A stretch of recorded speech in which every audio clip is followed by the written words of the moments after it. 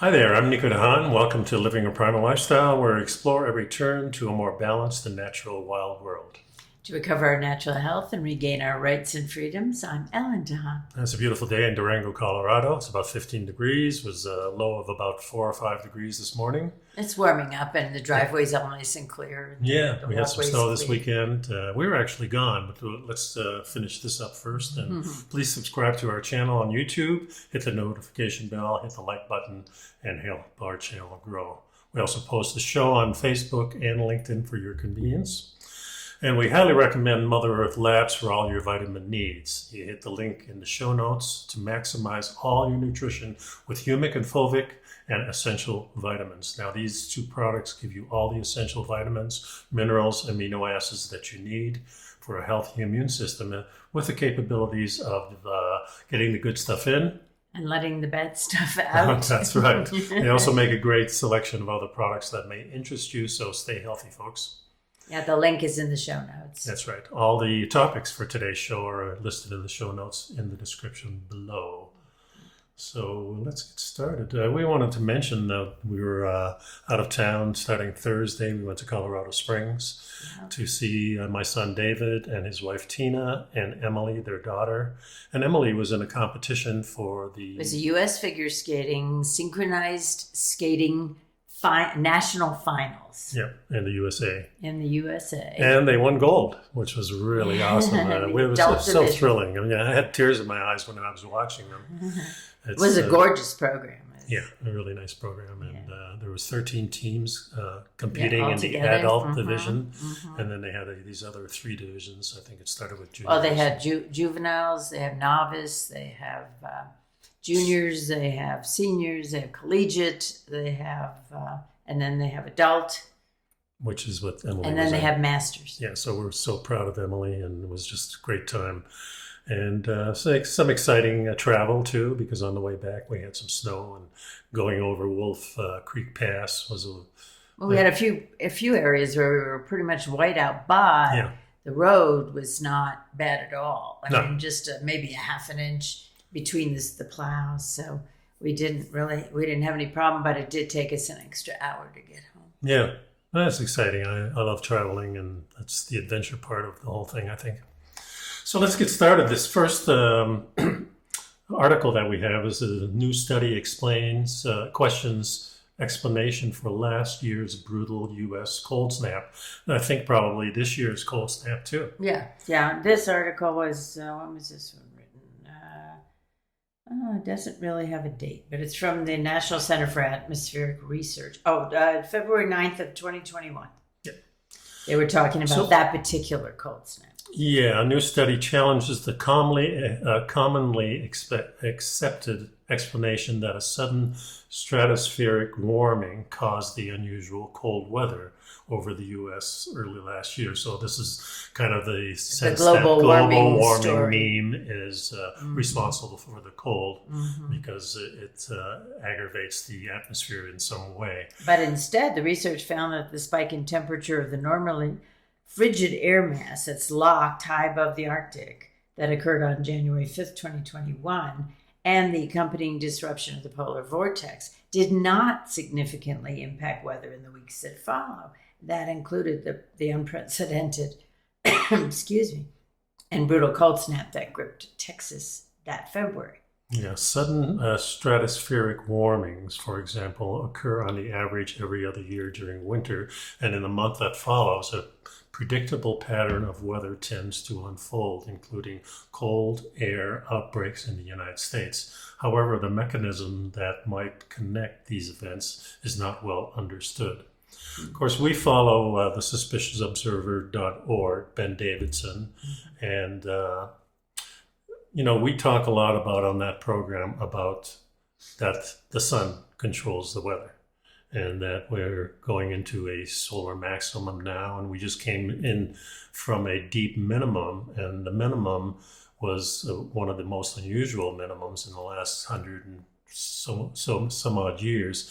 And the minimum, or the sun kind of just buffers our atmosphere, which adds more atmosphere, which protects us more from the sun. So when we go into a minimum, we have less atmosphere, and then the bombarding rays from the sun mess with our atmosphere, and we don't have as much protection. So when the maximum comes after a minimum like this, we have a lot more disturbances. Yeah. And we believe this is what really causes the weather changes and things. And we think we're probably going into a more cooling effect in the next maybe 15, 20 years, maybe longer, maybe shorter. We don't really know. Well, it's very interesting because it says here, during the Northern Hemisphere winter, when the North Pole tilts away from the sun and remains shrouded in darkness, a frigid mass of cold air forms in the stratosphere above the North Pole. That cold air is locked into place by a jet stream that's called the stratospheric polar vortex. Yes. And then occasionally the polar vortex gets disrupted by what they call planetary scale waves, which come upward from the troposphere, which is the lowest layer of the atmosphere. And then when those waves break, they warm the vortex, which weakens it, which can cause it to be displaced or split into, and that's called a sudden stratospheric warming. So in the month afterwards, it's usually warmer than normal in Canada, Alaska, and the Middle East, and cooler than normal over Siberia. Let me just talk just for a minute. Mm-hmm. The stratosphere is the second layer of the atmosphere of the Earth. It's located above the troposphere and below the mesosphere. The stratosphere is an atmospheric layer that's composed of stratified temperature layers, warm layers high in the sky, cool layers in the low sky, close to the planetary surface of the Earth. And the increase of temperature with altitude is a result of the absorption of the sun's UV radiation by the ozone layer. And then this temperature inversion is in contrast to the troposphere, where the temperature decreases with the altitude. Now, in addition to that, let me go back here. The troposphere is defined as the first and the lowest layer of the atmosphere of the Earth. It has 75% of the total mass of the planetary atmosphere, 99% of the total mass of water vapor and aerosols, and that's where most weather phenomena occur. So that just gives you a sort of a general foundation for understanding the way the definitions of what's going on. Mm-hmm. It also says here, the scrambling experiments showed that the initial state of the stratosphere has no impact on the weather in the 2 weeks after the sudden stratospheric warming, and only a minor impact nearly 1 month later when the stratosphere acted to sustain the expected weather pattern. Instead, the initial state of the troposphere was the primary driver. Yeah, so what was going on the layer below the stratosphere impacted on the polar vortex, which then split or dropped, so that it changes the weather patterns and it brings cold air in. Right. But it's interesting because it says that normally when this sudden stratospheric warming occurs, in the month afterwards, it's usually warmer than normal in Canada, Alaska, and the Middle East, colder than normal over Siberia, with more frequent cold air outbreaks in Europe and the United States. So that's the dip in the polar vortex. Right. Yeah.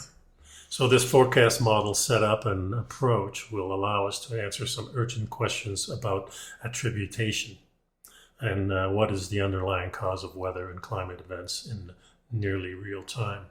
If we have a hypothesis about what the mechanism is for an event, then the technique can provide us with more of a direct answer. Yeah, basically they're trying to figure out how to predict the weather farther out than 2 weeks. Yeah. Which is pretty much the limit at this point. And so they're finding more and more interesting. Well, we're getting better at that short range, but the long range is still pretty much a puzzle. One of the next article is called Possibility for Strong Northern Hemisphere High Latitude Cooling Under Negative Emissions. Yeah, this is an extremely technical article, but the key is it talks about the impact of carbon dioxide on the atmosphere. Yeah. And it says there's a point at which it's very interesting because it's a point at the Paris Agreement that went into effect in 2016 to lower emissions. Yeah, set up as kind of a level, an idealized level to try and reach by something like, what is it, 2026 or something like that. And but what they're doing a lot of modeling and a lot of they have computer research, models and everything that they're and working what on. They're finding is there is a point at which too much carbon dioxide can be removed, and then it will have a negative effect. Well, if you just think about that, plant life gives you carbon dioxide.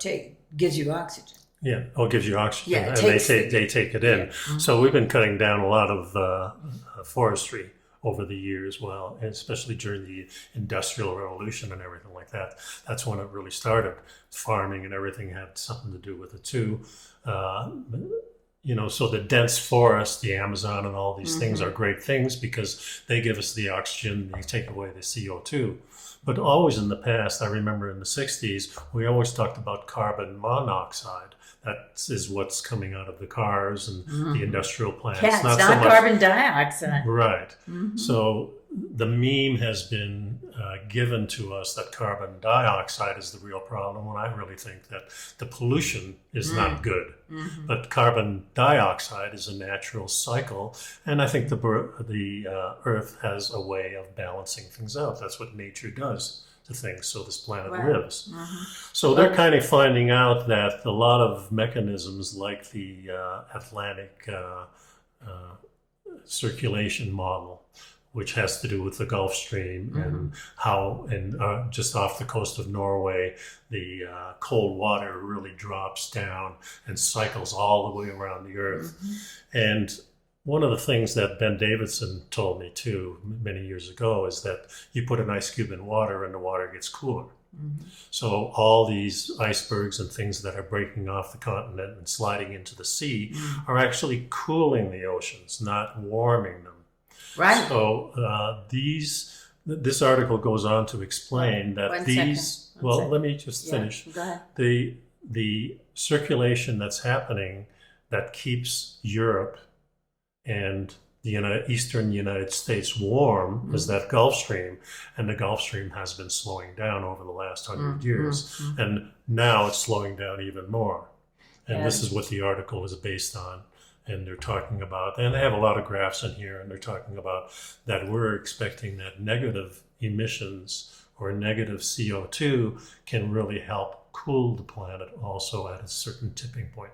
Right. Well, and they're also concerned about permafrost on the interior oceans. That's that has the negative effects. Well, the reason being that, of course, if you're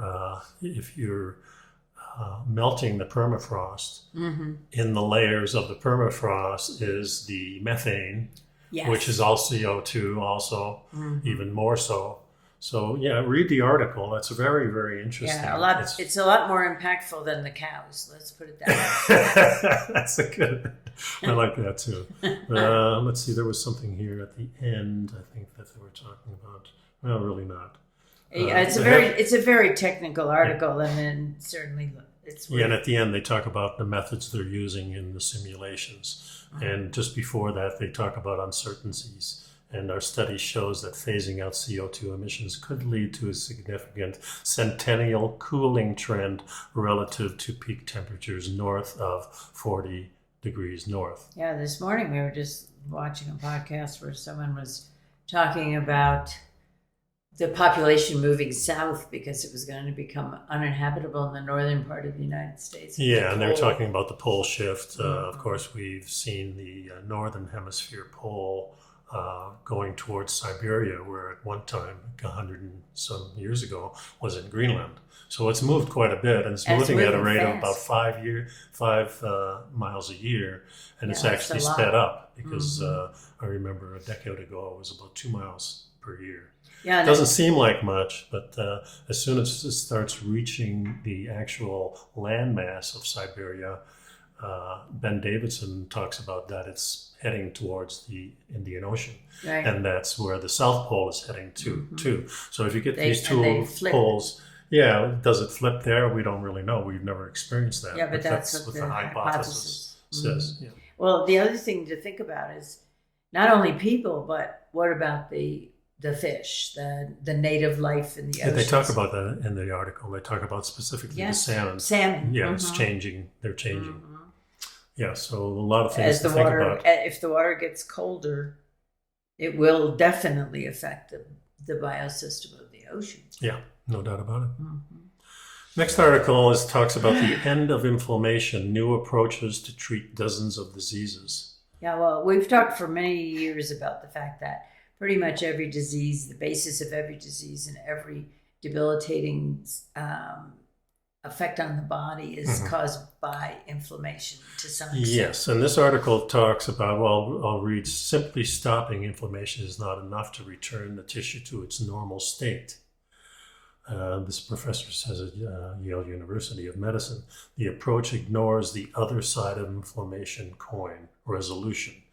Resolving inflammation is an active, highly choreographed process for rebuilding tissue, removing the dead bacteria and cells. When the process is disrupted, inflammation, disease arise.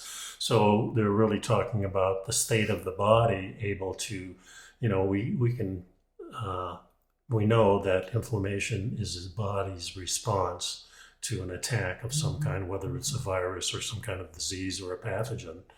And we tend in modern medicine to kind of disrupt that process of inflammation, especially when it gets really high. If your fever is 105, in other words, you want to bring it down to a reasonable level, not completely, because inflammation does its job. And it also goes to a point where now they have to resolve the tissues to get it back to a normal state, and that means removing things. We talk about getting rid of the dead cells. Yeah. And getting rid of when we talk about humic and fulvic acid in those products from Mother Earth Labs, this is the mechanism that kind of signals the body to do that. So your body has to be in a really good condition. In fact, your immune system needs to be very robust for your body to heal properly. Well, it's interesting. This article starts by talking about an individual who moved to New York City, and suddenly, after growing up in Georgia, inflammation exploded through her body. She was finally diagnosed with lupus, which is an autoimmune disease, right? And they put her on prednisone, which took down some of the symptoms, but the side effects were quite significantly uncomfortable and unpleasant. Right, especially if you continuously use it. I mean, it should be used for a very short period of time. And what they're pointing out here is saying what happens is when you have the immunosuppressant like prednisone, it also disables your immune system. And ultimately, it leaves you vulnerable to other things. Because the dying tissues are still in there, and they're not able to detox. Right. So simply stopping the inflammation is really not enough. You have to be able to manage the inflammation in such a way that your body is still able to heal it. Things like prednisone will work on a very short time. But over a long period of time, it stops that whole process. So it says inflammation evolved to serve an important function. It rids our bodies of stuff that doesn't belong, including foreign invaders like bacteria, viruses, tumor cells, and irritants like a splinter. And then it says the white blood cells, the body's first responders, will then swarm and kill the invaders.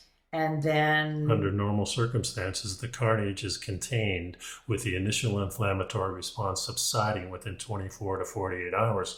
So this is the normal process. When inflammation becomes chronic, though, the chemical weapons deployed by the frontline immune cells often damage healthy tissue. So this is where the autoimmune diseases are actually ravaging the body. Made worse than So it's attacking healthy tissue too, because you have too much of the toxins in there.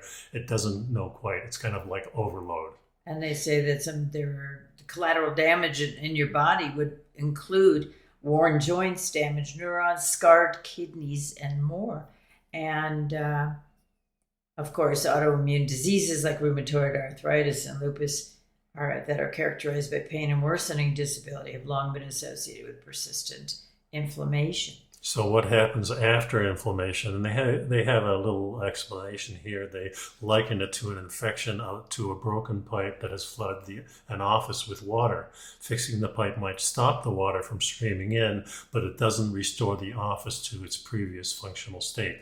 In other words, you got mold and everything that comes in there and disables everything. So then they say, well, after inflammation comes in, then there's a resolution there's what they call the resolution process. Right. And that is to rid the body of, excuse me, of the waste that's created when the inflammation kills the cells or whatever. So they have they've been studying what they call specialized pro-resolving mediators, SPMs. Yeah, these molecules are derived from essential fatty acids such as the omega-3s famously found in cold water fish like salmon and sardines, but they are difficult to study in the lab. Yeah, because they have a short half-life and the body metabolizes them very quickly. Yeah. So they're working on synthetic versions of these molecules, and which they call mimetics, which means an imitation. Right. Okay. Which are simpler, more stable, and cheaper to produce. So it's very interesting because they did some studies on mice that had apparently one of the biggest side effects of diabetes is kidney failure. Right. And so they were studying the concept in mice having diabetic kidney disease, and there was scarring of the kidneys because of the inflammation, which gradually destroys the kidneys. Mm-hmm. So they were using a mimetic of lipoxin, which is the natural, what is that? Lipoxin. Anyway, it's something the body creates and they were using a mimetic. So they looked at and they were able, in fact, to significantly reduce the inflammatory factors. And then the kidneys recovered their function in a reversal of the disease. So it says lipoxins are present at levels in the body that indicate they're important in resolution, and other SPMs such as resolvins require more evaluation. And so the lipoxins are attacking the macrophages. Phages. Yeah, designed to speculate one way lipoxins and other resolution molecules work is by interacting with immune cells that are called macrophages. Yeah. Mm-hmm. So these macrophages are drawn to an area that are inflammatory, secreting pro-inflammatory cytoxins and amping up the production of the antimicrobial agents. Because this balance shifts as the tide of the confrontation turns. After a number of viruses declines, then the debris is left behind. The viral remnants, the dead immune cells, and other waste must be collected and cleared away before it sparks another cycle of inflammation. And apparently macrophages then shift gears and begin clearing the dead cells. Clearing the things, yeah. Yeah, it's interesting. So that's the importance of a great immune system, is because everything works in concert. But if you have something like diabetes, you have an imbalance in that. So something happens where these things don't clean up the debris. Yeah, and that's a big problem. Yeah, and because it doesn't clear up the debris itself causes more inflammation. Mm-hmm. And that's when your body gets overloaded and it starts attacking everything because it's kind of confused, I guess. Yeah, and that's it's interesting. Well, it says here too, a similar mechanism is at work in older people. As we age, the body loses a protein that recognizes dying cells. This blocks the whole process and the ability to find and eat these debris. Locked into a pro-inflammatory state, these macrophages continue to produce molecules that amplify the inflammatory response early on. So just to summarize, that the inflammatory response is to help fight the disease. Right. And to help kill surround and kill the virus or the bacteria. Yeah, or and kind whatever of it just is. surround them and Yeah. let them die. Right. Now its And job then- becomes to get rid of that. Yeah. Then the other side of the treatment system that's in your body is switches, and it begins removing all the debris, basically. Right. So in the process, they're talking about long COVID and inflammation. It says long COVID likely results from a catastrophic failure of the appropriate immune response and resolution. So in other words, long COVID is... Now remember, long COVID being the lingering side effects and, Yeah. and symptoms. And it seems way to past. affect people who appear rather healthy, Mhm. or maybe they aren't that healthy as they think they Well, are. it affects everybody.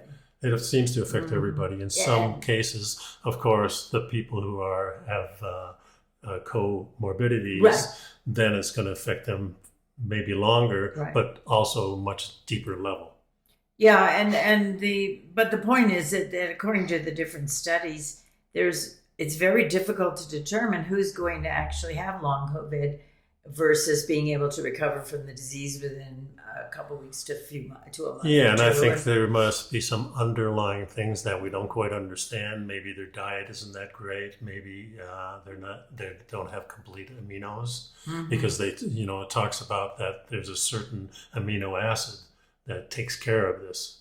So if you're lacking in that, and because our food is so compromised, and because we have so much pollution and plastics and chemicals that we take in involuntarily, it's not only in our food, it's also in our water, in our air, depending where you live. And so these things have a big impact on that. Yeah, they also say that there's, just to finish up on that conversation, that the long COVID, it does not seem to be tied to whether you had a mild case or a serious case. Right. And but I'm sure it's exacerbated by the comorbidities and the other There's damage. something in your immune system that is not quite right. And even though you might be seeming normal, perhaps that's part of it. It just seems to me like that would be it. Yeah. Next article is called The COVID Symptoms That May Last Forever. And this comes from the Eat This, Not That. While COVID-19 affects every person differently, the average recovery period is about 2 weeks. But some patients are reporting symptoms that just don't seem to go away. I've heard people talking about, I've had this cough for weeks. It's past the 2 I weeks. still can't smell anything. I can't smell anything. I think somebody told us that. Yeah, the David, function I think it was it was David. David. Yeah. So The symptoms that they list in terms of things that might linger on, shortness of breath and a cough. So they're talking about the fact that because of the respiratory infection can cause scar tissue and irritation throughout the lungs, which takes time to heal, and it may affect the absorption of oxygen in your body. The second one is difficulty in concentrating, or what they call brain fog. Yeah, a lot of people have been mentioning that. Yeah, and it's as your body fights infection, it creates antibodies that circulate in the blood and direct the immune system where to go. COVID-19 can cause bouts of confusion or difficult concentrating, which may be the result of mild inflammation in the brain. This makes sense. Yeah. Because the oxygen just is not able to get Of course, there. they do say if you have consistent and lingering and persistent brain fog, it could be a sign of something more serious, and you should see a doctor. Yeah, So. definitely. All right. The other lingering thing is joint or muscle pain. Yeah, and they say antibodies collect in certain areas and can cause inflammation, which leads to pain and soreness. So many people reported fevers, muscle pain. After getting the shot, after the vaccine. After the vaccine, yeah. The immune molecules can accumulate in muscle tissue and joints, leading to pain during activity or even when at rest. Yeah, and that was part of the problem, was that when it was injected into your arm, it was supposed to go into a muscle. Yeah. Well, actually, it goes everywhere. But it goes everywhere, Yeah. and you just don't know. It's not isolated. Yeah, it's a little different than than others. Yeah, than the other types of. And okay, so then it says, why do these symptoms last so long? And the article says some symptoms of the virus can linger for long periods after infection, regardless of whether the illness was mild or severe. They're trying to figure out why that is, but they think that it's likely the result of damage to sensitive tissue throughout the body. It's a viral illness, and as your body fights the infection with immune cells, inflammation can occur that damages organs like the kidneys, the brain, the lungs, or the heart. Yes. And I think the reason being is because this COVID-19 goes all through the body. It's not regulated to just your nose or your lungs. It is affecting the heart. Now your body's very, very busy attacking different Doesn't know things. where to look first. Yeah, and I think that's where the long COVID comes in. So if you have any kind of morbidity, your body's going to try to protect that area. And it may be so busy in other areas too that it doesn't quite solve the problem. That's my own opinion on it. Who is at risk for the symptoms? Well, that's pretty much. Well, they say everybody, but I'm thinking that anybody who has, in other words, if you get a cold often, or if you get the flu every year, these are symptoms that probably you're probably going to have a problem with this. Yeah. And then it tells you how to stay safe out there, and of course, this is old information. So. Yeah. Well, it tells you wear the mask, social distance. Don't go out. Don't go indoors with people. Blah blah blah. Yeah, all of which has been kind of pretty much lifted in terms of. Yeah. So here's an interesting article. It's called "Tolerating COVID Misinformation is Better Than the Alternative." And the alternative in this case is the huge erosions into our human rights and our free speech rights, and I think it is. That's pretty much what I got from this article. They keep referring to misinformation, malinformation, disseminating. There's a lot of opinions on the web. We get just kind of one side of the story on the mainstream news and what the government is telling us, and then we hear information from all different sources that challenges those things. Is it misinformation? You kind of have to decide those things for yourself. But I still think we need to get both sides of the story. I think the government is being led by the companies that are keeping our economy going with these vaccines and everything like that. So that's where they're getting their information. But the information that they have given us seems to have changed over the last 2 years, when the first thing was, well, if you take the shot, you're not going to get it. Then, well, now you're going to get it, but it's not going to be as bad. But you won't be spreading it. Yeah. Then all of a sudden, you have to use hand sanitizer, and then it turns out, no, it isn't actually spread by any surfaces. Which is just But part of it, I think, is limited information, making broad, sweeping generalizations. That's misinformation and too, right? That can be a result of that kind of conclusion drawing. And then later on, when you actually have a chance to look at the data that's coming in, you realize, no, well, that isn't actually what happened. So, but the question became, yes, they were censoring information. They were reaching out to the media, to social media, to restrict false or misleading claims. Well, here it says, the First Amendment hasn't kept public officials from calling upon Facebook, YouTube, Twitter, and other technical formats to restrict false or misleading claims about the vaccination or other COVID-related issues. The White House has urged tech companies to censor individuals engaged in protected speech. This is the whole problem. Yeah. If we go back a century or more to what we would normally do is go to the guy who we think knew the most about medicine and about what normal diseases do. And the consensus has always been, that we have to protect ourselves and that we take certain medications to do things, but never not to go outside, never to wear a mask unless you were right next to somebody that we know had an infectious disease. And also, we also were told in the past that all these viruses that come around on a yearly basis wane after a certain amount of time. No. So it's not something that we need to be scared of. It's not something that we need to generally just tell everybody to hide inside. Inside is probably one of the worst places you want to be. Outside is probably the best. And we see a lot of people that are outside with masks during in this their week. car by themselves with a mask. Yeah, and we also this weekend we were in this arena, which is a large arena, and they didn't really have a policy. They just recommended masks. wearing a mask. So a lot of people did. And most people did. A lot of people did. But just about everybody who was talking took their mask down while they were talking and then put it back on. I mean, where's the sense in that?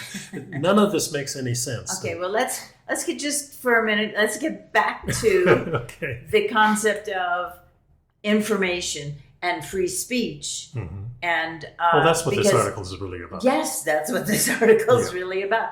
And last week we talked just a little bit about if now we're starting to get information that had been hidden or not released, and it has changed completely. And almost every state has lifted its mask mandates, and the public forums are not requiring any. Even in New York City, which was like massively shut down, unless you had a vaccination card, you weren't getting into any restaurant or store or anything. And they've lifted all of that. Of people who were talking about certain things. Well, that's the point. And this article says, well, the author says, I can think of at least 4 reasons why neither government officials nor corporate bosses should try to protect the public by newly restricting the expression of ideas, even during a pandemic. Yep. And number 1 is open discussion of vaccines enhances trust in them. And so if you know what these vaccines actually do, of course, this was kind of set up as an emergency, so we really didn't have a history of these types of vaccines at all. But they're brand new. The mRNA is brand new. The second thing is defining misinformation is almost always a subjective judgment. And boy, I have been saying that for like 50 years in terms of anything, who chooses? Yeah. If you want... Originally, I used it in context of genetic manipulation, but who decides what to change and how, and who gets the ability to be changed and so on? And the narrative always changes. That we have this war now in Ukraine, and this is a government moving into a country that is a free country, and we have had that before. We had it during the Cuban Missile Crisis when we tried to go in there. We had it in Iraq, certainly. We went in there and the information was, well, they had this and this and this, but it never makes any sense. So defining misinformation... Well, it's a matter of who decides. Right. And if when a government decides, it seems like it's always a bad idea. But what information gets disseminated and from what point of view is usually the people in power. Yeah. The people who have the ability to control the voice, media or the message. Yeah. And that's a problem. So, okay, number 3. Restricting misinformation creates free speech martyrs. Yeah, anybody who it says a backlash against Americans who try to cancel others or shut down conversations is so widespread that many attempts to deplatform a person. Boy, we've got all kinds of new words coming out these days. We sure do. Deplatform a person inspires others to rally around the target, increasing their fame as well as support for their views. And one example would be the Joe Rogan show. Yeah, well, they deplatformed him on YouTube, and he went to another format, and he's doing really well. And he has millions of viewers. And the thing about Joe Rogan is he seems like kind of a regular guy, even though he makes millions and millions of dollars. Mm-hmm. He doesn't act like an elite. He talks to you like a normal person would be talking, not on a high horse. That's for sure. Yeah, but and the point is that Joe Rogan he's willing to have guests who are on any side of the issue. Yeah, and I think that's the important part. That's the important part, and it's interesting. The question is, if it's and it's not clear that there's any misinformation involved. I mean, I wish we didn't have that word in the grammar anymore, because that's just a ridiculous expression. Information is information, and it can be one-sided. It can be biased. It can be wrong. It can be right. It can be from a different point of view. I mean, that doesn't necessarily mean that it's intentionally misleading you. Well, I never want to go into a society there. I only want to hear one side of the whole thing. Yeah, exactly. I mean, that's the bad part. That's the party line, That's exactly right. So number 4 is the concrete harms of medical misinformation are not well established and are speculative in many cases. Well, and the point is that, private companies, a lot of censorship and a lot of control of what the message was that went out involved basically putting limits on free speech, and people were afraid they'd get fired or they were afraid they'd get censored. In fact, the article starts with, on December 30th, 2019, Li Wenliang, an ophthalmologist at Wuhan Central Hospital in Hubei, China, began to warn friends and colleagues about the outbreak of a novel respiratory illness. 4 days later, he was summoned to appear before local authorities who reprimanded him for making false comments that were severely disturbing the social order. In hindsight, he was the first person who was accused of disseminating medical misinformation, despite the fact that he was telling the truth. There you go. Yeah, and so at the end of this article, it says, Americans need only look abroad, for instance, to Li Wenliang's experience, verify that abusive actors invoke the need to fight pandemic misinformation, specifically to increase their own power and infringe on liberty.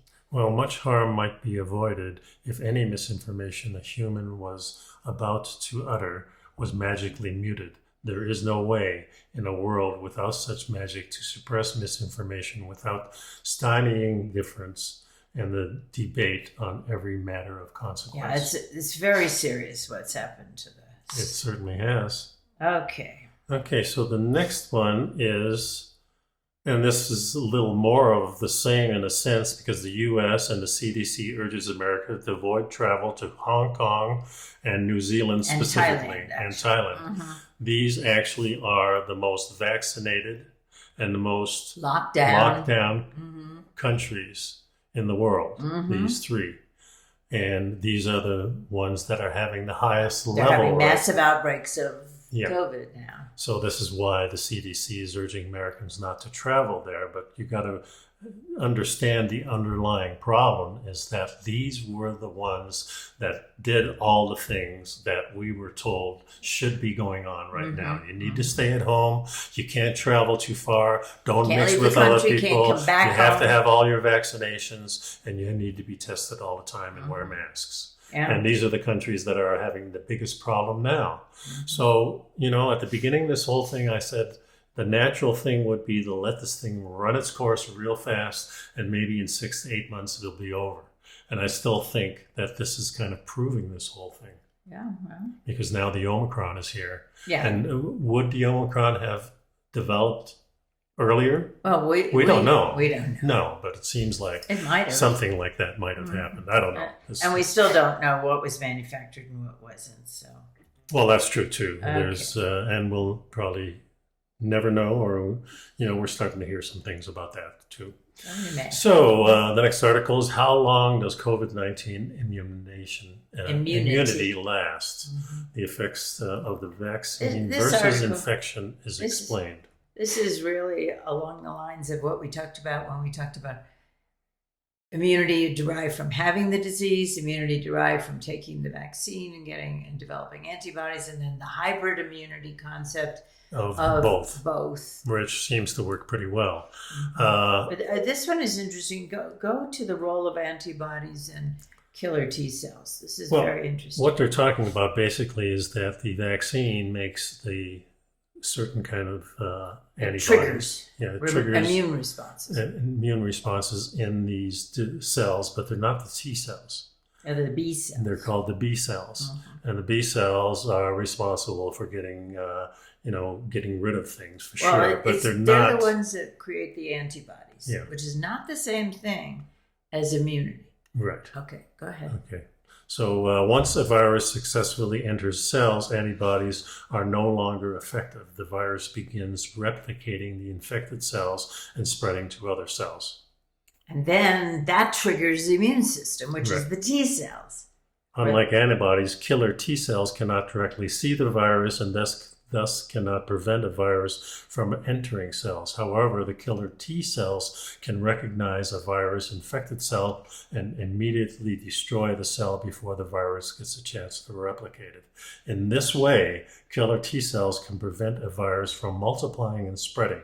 And that's the difference between the immunity taking care of it or a vaccine triggering the immunity. Well, it's really a matter of the vaccine gives you antibodies, and the antibodies form the first line of defense against infection, and they can directly bind to the virus or the spike protein in this case. Right. When you had the mRNA vaccine, and prevent it from gaining entry into the cell. But once the virus went into the cell... So in other words, once you have the disease, the vaccine doesn't really help you. Right. It also doesn't prevent the spread. That is correct. That's why your immune system is so important. That's right. So this is why we always talk about Mother Earth labs and home and boosting your immunity. Boosting your immune system, making sure you have all those amino acids so everything that is supposed to be made can be made, because you need all 9 amino acids. There's many more, there's 20 some, but you need those 9 because your body can't make them. So you need to get them from your food. And because our food is so compromised, we believe in supplementing those amino acids so you can get it through these things. And then you need the signaling process so your cells can accept them. It's kind of like the immune system is able to enter the cell, destroy the virus in that way. It's the same kind of concept. And then that's where the humic and fulvic comes in. That's exactly right. Because the fulvic acid helps the cell eliminate once you've killed it. The fulvic eliminates. The humic that's what I said. Puts it in. Yeah, the fulvic acid enables the cell to expel the dead or the attacked the toxicity, and then it can be removed from the body. So here it also talks about the memory is key to the long-term protective immunity. So your immunity, those T cells have a memory. Well, they convert into memory cells. Right. After performing their tasks of clearing the infection or the spike protein of the virus, the antibody B cells and the killer T cells get converted into what is called memory cells. When these cells encounter the same protein from the virus, they recognize the threat immediately and mount a robust response that helps prevent the infection. So what I'm getting from this is that the vaccines producing the B cells is only the first line of defense. So if you don't have the disease, but you come in contact with them, these B cells can kind of help you. However, if you're constantly exposed, and these vaccines are waning pretty fast, 5 weeks in some people even 3 weeks. Some people it'll last longer. And this is why, of course, they need boosters after a certain amount of time. And this is why you need 2 shots in the beginning. Well, the memory RNA. mRNA. So memory cells can remain in the immune system for up to 75 years. And that's why, like, the measles vaccination and smallpox vaccinations work. Right. Okay, then... Because they're making the T cells, because it's the actual virus that goes in there, muted a little bit, but it's not like the mRNA. Right. It's still an experimental thing. We still don't know. They seem to be making more and more vaccines for different types of viruses. They're looking at using the mRNA as a method of delivering vaccinations in the future. Right. But we'll see what happens with last week we talked about the conversion to DNA in the liver or the kidneys or whatever it was. And so we'll have to see how that goes. Presumably they'll be modifying and One thing about the vaccines is, however, immunity is far more complex and nuanced, and the antibodies only tell part of the story. Some B cells are long-lived, and they continue to produce antibodies against the virus. For this reason, antibody against the SARS-CoV-2 have been detected even a year after infections. Similarly, memory B cells have been detected for at least 8 months, and memory killer T cells have been observed for close to 2 years following the infection. Yeah, it says that the antibodies begin mobilizing within the first few days following infection with the virus or after receiving the vaccine. They steadily increase in concentration for weeks and months, but by 3 months following infection, people have a robust antibody response, and then it starts to wane. As by about 6 months, the antibodies start declining, and that's what leads to the so-called waning immunity. So, yeah, it says, however, this broad consensus is that COVID-19 infection can give rise to protection comparable to that from vaccines, as shown in a recent study that has not been peer-reviewed. I think the natural immunity from the vaccine. Well, we talked about that. We talked last week just for a minute about the fact that it's being widely acknowledged that the spread of Omicron has created a kind of a herd immunity, much better than the vaccine, better than the vaccines, and much longer lasting. Yeah, and better than the Delta and the Alpha, mm-hmm. and the Beta, I guess too. Yeah. So. Yeah, interesting stuff. Yeah. So the last article we have here is called on a different subject. Yeah, on a completely different subject. The squid and the whale. Can artificial feces revive the ocean's ecosystem? Yeah. So we know that first. Yes. The whales this is an example of what happens when humans completely disrupt the ecosystem. Sure. Okay. Whale hunting has reduced whales to 5% of what they were 400 years ago. Yeah. So now we've taken the world's largest marine mammals pretty much out of the picture. Okay, now it turns out that whales have to come up to the surface in order to excrete their feces, in addition to getting air. So they create a floating bed of excrement, and then the sunlight falls on it, phytoplankton grows on it, providing food for fish. And of course, what do whales eat also? They eat krill and all these small microbes which feed on these things too. Yeah, so meanwhile, at this point, the ocean is being starved of the excreted nutrients that have provided the sustenance. So they're looking for ways to restore the balance. Yeah, and if they do the same job as they've done on the land, then I'm really worried about it, because we've been talking about for ages that the artificial fertilizers and they also come up with the pathogen problem. So they're not only spraying fertilizers, but they're also spraying to kill some of the bacteria that invade these plants, because when you're thinking about modern farming, you've got acres and acres of one crop. But nature doesn't do that very often. Mm-mm. It does that in meadows of different flowers and stuff like that. But it's still much more diverse. It's not just one thing. And if they do the same thing here, and I haven't read the rest of it. This is important because it does have at least an optimistically more sensible approach. Hopefully. Yeah, it does. Doesn't involve killing anything. Okay, it doesn't involve spraying. It's artificial whale poop. Well, here's the deal. Okay. They said, starting with Woods Hole Oceanographic and the Institute of Maritime Studies and so on, they're working on creating what they call marine biomass regeneration. Okay, that's the polite name. Mm-hmm. And so there's an area called Goa, and in Goa there's a massive rice production factory, which has a waste product of rice husks.